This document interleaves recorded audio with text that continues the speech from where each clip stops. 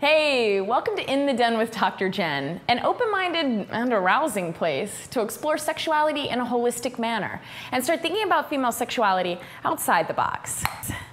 San Diego is lucky enough to have a new psychologist in our midst who recently moved from New York City. Brandy Dunn, our Den guest today, is a psychologist specializing in sexual dysfunction for men.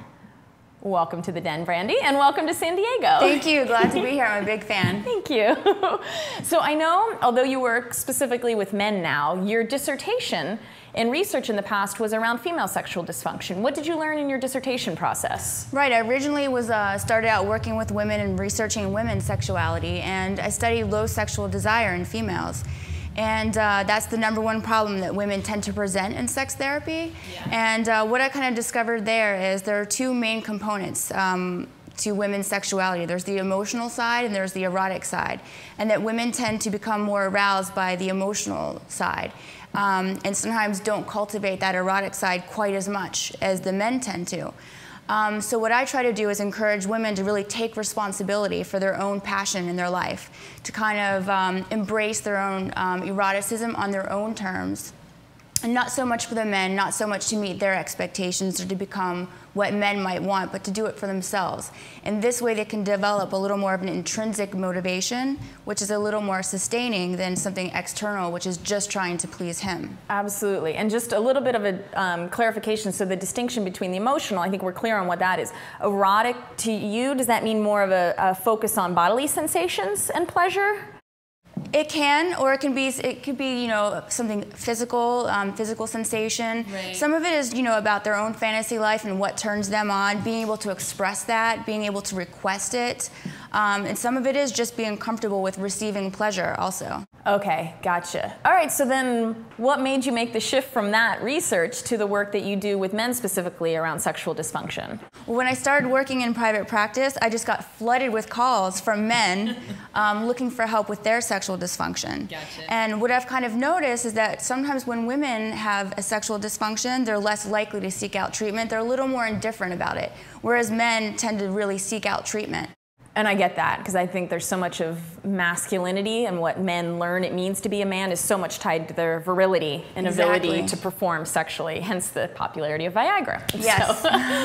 So I'm curious, what has really surprised you with your work with men? And I know you've mentioned to me before, you've used the word compassion. You have more compassion for men that now you've worked with them around sexual dysfunction. Why is this? Right. Well, what I've discovered is there's a lot of sensitivity there, a strong desire to be approved by the woman, to be desired by her, to be appreciated by her. And so really they kind of measure themselves in their sense of desirability by her responsiveness, by her enthusiasm. There's been this, I feel like there's kind of been a trend now where there's such a desire to please the women that they're almost overvaluing it, overemphasizing it to the point where they become very anxious about it. They develop some sexual dysfunction because of it, some difficulty for them even being in the receiver role. They just want to give and give and give and not so comfortable with receiving. Huh. I know some women that would like to be met with men like that. But that's fascinating. I think that is sort of a culture change. I think that we're seeing recently there is more of an emphasis on that. So you're saying we need to find a balance. Right, right. Absolutely. All right, and our fourth question, which is our randomly generated Gorilla Soapbox question. Let's see what comes up for you here. Oh, what scent or smell turns you on the most? I think I like musky, kind of spicy scents. Ooh, so like in colognes or perfumes or like natural scent? I think perfumes. Oh, okay. I don't know if you're talking natural body or oh yeah. Gotcha, cool. Well, thank you so much for sharing. Really great information, a nice balance of what we learn in the Den here. And if you'd like to learn more about Brandy's work, you could go to nypsychology.com to learn more about her private practice or to purchase her book on why women lose their sexual desire.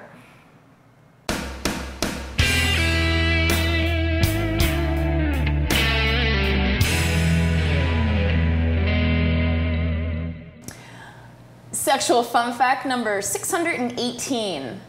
Now, I was recently at a women's networking breakfast, and I heard this fascinating statistic.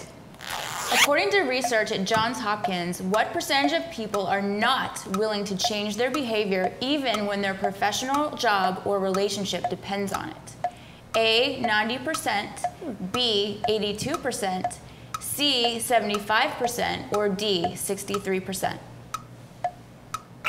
Yeah, fascinating. 90%. 90% are not willing to change their behaviors, even when their professional job or relationship depends on it. That's something for us to think about in our careers.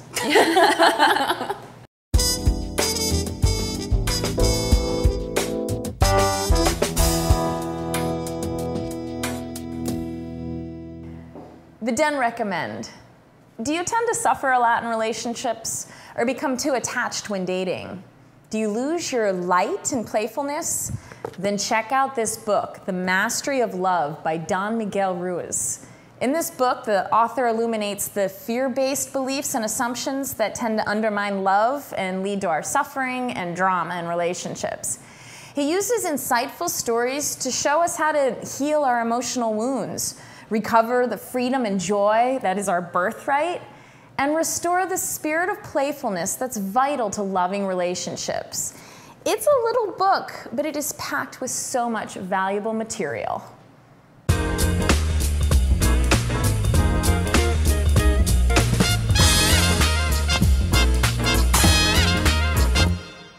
What's that word? Vooch. Vooch? What's that word? Okay, so we're continuing to make up new words here in the Den. Vooch? You know what a vooch is? This was actually made up by a 6-year-old girl, and it's a powerful, all-knowing, very happy vagina. Don't mess with the vooch. So what's your favorite scent? Visit me at DrJennsDen.com or email me at Jennifer@DrJennsDen.com. And if you want to see this show continue, then spread the word. We're looking for donations and sponsorships to be able to keep doing what we're doing here at Gorilla Soapbox. And the more viewers we have, the happier everyone is. So regain that spirit of playfulness and be kind to yourself.